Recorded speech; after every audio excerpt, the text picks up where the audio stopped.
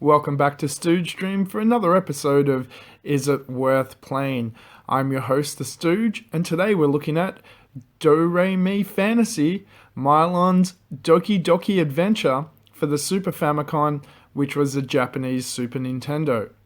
You may have heard of this game as a hidden gem, or if you're into the emulation scene, there's a fan translation in English of this game. It's actually the sequel to an NES game, Mylon's Secret Castle. It was an action platformer where you could throw bubbles in diagonal directions, and you had to ascend a castle and save the day and so forth. In this game, you play the same character of Mylon.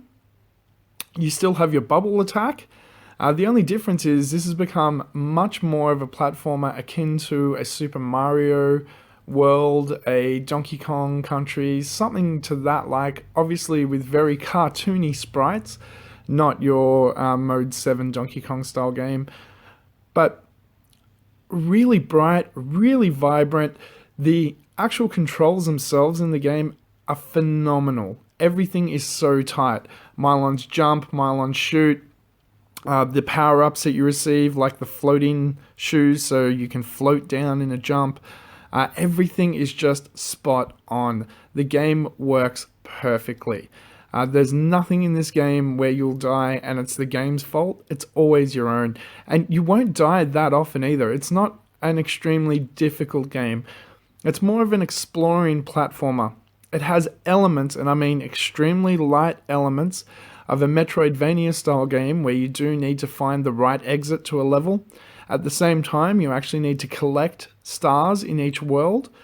Get to close to the end boss, you have to hand over 5 stars and the item from that world so you can move on to the boss.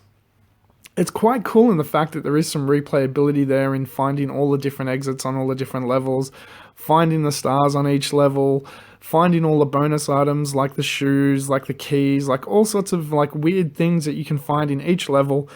It does add like a really good sense of replayability to the game. On top of that, like I said, the controls are so perfect, it's hard to put this down. Now, it's not the longest game in the world. After the first playthrough, which may take you upwards of 5 hours just to find all the exits and where the stars are, the next playthrough is probably going to take you about 2.5. But that's what games from this era were like. You got to remember, this is a Super Nintendo.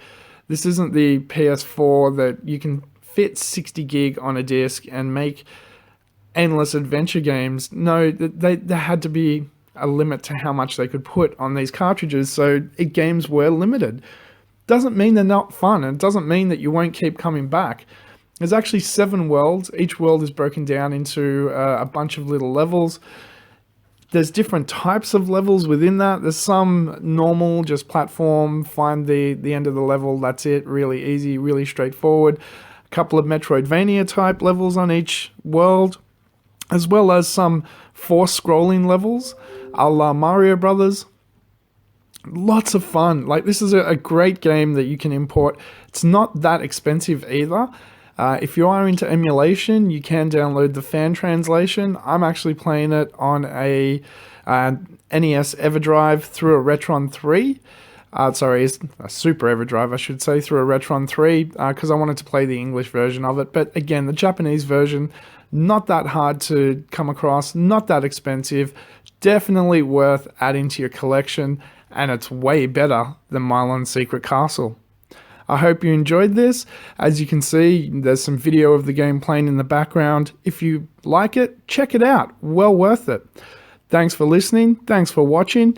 If you liked what you saw, or heard, I should say, because it's just me talking over video, like, subscribe, share, all those good things, and there's lots more coming.